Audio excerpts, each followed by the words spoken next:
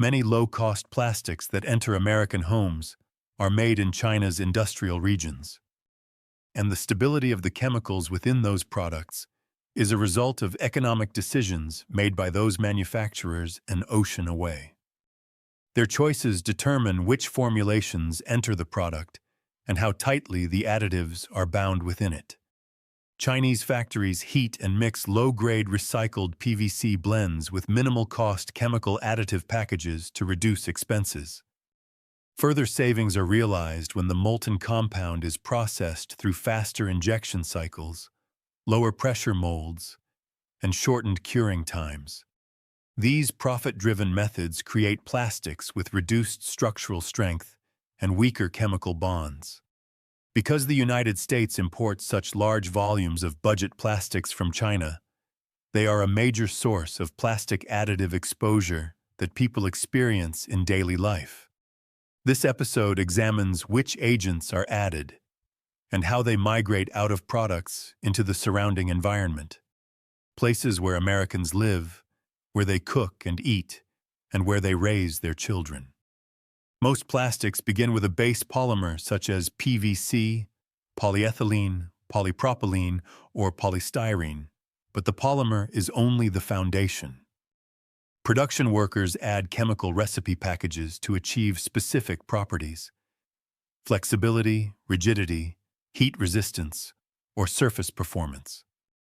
Those recipes often include phthalates, BPA and its substitutes, PFAS, and flame retardants. The chemicals are not permanently locked inside the plastic. They escape over time, and the process accelerates when exposed to light, heat, abrasion, or repeated use. Chemical movement occurs through off-gassing, leaching, and particulate shedding. People absorb these agents internally through ingestion and inhalation, and externally through skin contact during daily touching, washing, and storing. The first major additive class is phthalates, used to soften plastics in toys, food packaging, shower curtains, and numerous other items. They are not tightly bonded within soft plastics and migrate easily. For toddlers and very young children, the main exposure pathway is hand-to-mouth contact. In adults, phthalates are mainly encountered through the foods they eat. When a soft plastic container is warmed, phthalates move from the plastic into the food within it.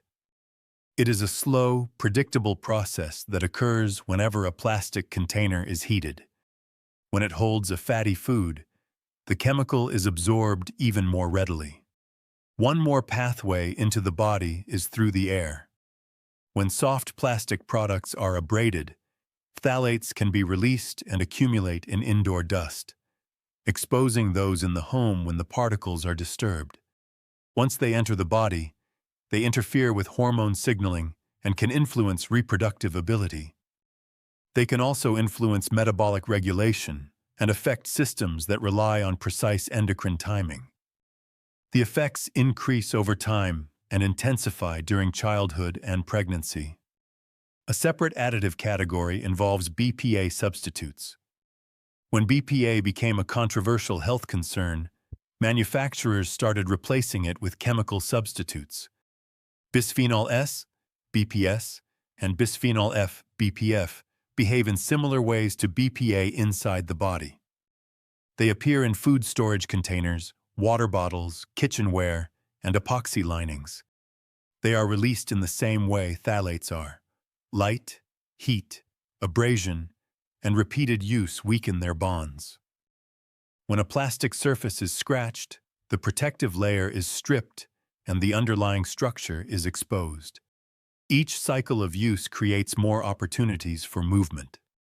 Once inside the body, BPS and BPF can mimic natural hormones. They bind to receptors involved in metabolism, stress response, and developmental signaling. The effects add up through repeated exposure, influencing systems that depend on stable hormonal communication. A third additive class involves flame retardants, chemicals that do not remain in the plastics they were added to. They are present on children's products, furniture components, electronics device shells, and many others. As those plastics age, they lose small fragments and microscopic particles that carry flame retardant molecules. This process explains why flame retardants consistently appear in domestic dust samples across the United States. When that dust is disturbed by vacuuming, cleaning, or simply walking through a room, those particles become airborne and can be inhaled into the lungs. Flame retardants interfere with thyroid signaling and neurodevelopmental pathways. These systems guide growth, cognition, and metabolic stability. The fourth class of chemicals are PFAS, another health concern. Their coatings are used to make cookware and plastics non-stick and stain-resistant. PFAS molecules can off-gas from cookware when it is subjected to high heat. At the same time, the coatings wear down from utensil use, releasing particles that enter the food. PFAS also appear in supermarket food packaging, packaging films, and numerous other household goods. Their chemicals can be released when food packaging is bent, creased, or heated. They are also released and accumulate in indoor dust when coated surfaces are scraped or when the surfaces rub against other hard materials. After they enter the surrounding environment, they do not break down.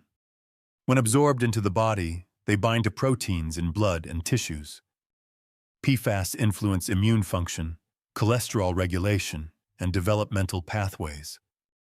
They resist breakdown inside the body, and their persistence means the body cannot easily remove them, allowing their effects to build across years of exposure.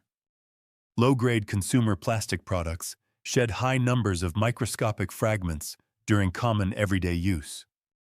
Abrasion inside appliances like blenders or food processors generates particulates that mix directly with food. Cutting on plastic boards creates grooves that expel microplastics.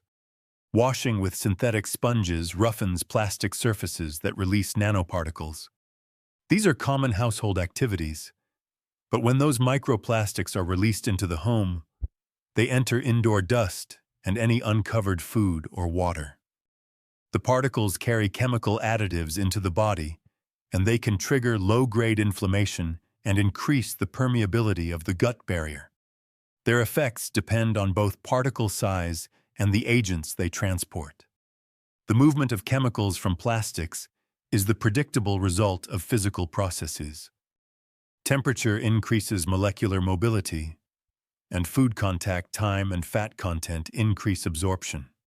Abrasion exposes new surfaces, increasing the area exposed, and repeated heating and cooling decrease structural strength. Each mechanism contributes to the slow release of chemicals and microplastics into the home, and children experience higher exposure because of their behaviors. They crawl on floors where dust settles, and they put objects in their mouths. Their breathing zones are closer to surfaces where chemical particles gather. Their bodies metabolize those chemicals differently, and their developing systems are more sensitive to interference. The combination of cheaply manufactured imported plastics, daily use, and childhood behavior creates a high-contact pattern. Exposures occur during sensitive growth windows when endocrine, neurological, and immune systems are forming. Small chemical shifts during these periods can influence long-term developmental trajectories, and although adults are not as vulnerable as children, the health consequences remain measurable. Chemical and particulate exposure through food storage and heating, dust inhalation, and surface contact combine together. In adults, they primarily influence metabolic regulation, immune stability, and hormone balance. The sheer scale of imported plastics amplifies the problem. The United States imports billions of dollars worth from China every year. Each product carries its own chemical profile, and each profile carries its own risk. Exposure patterns over years of contact with everyday products shape biological effects across the population. Subtle, cumulative, and widespread, they are a result of decisions made thousands of miles away. Plastics are only one category of imported goods shaped by chemical decisions. Textiles are another. A large share of modern textiles, especially the synthetic fibers used in fast fashion exports, are themselves a type of plastic. But regardless of whether a fabric is synthetic or natural, the treatments applied, the dyes, fixatives, and finishing agents, are a result of manufacturing choices made in China. And although the base material differs, the chemicals in textiles follow a similar pathway into the American home. But that is the next chapter in our series.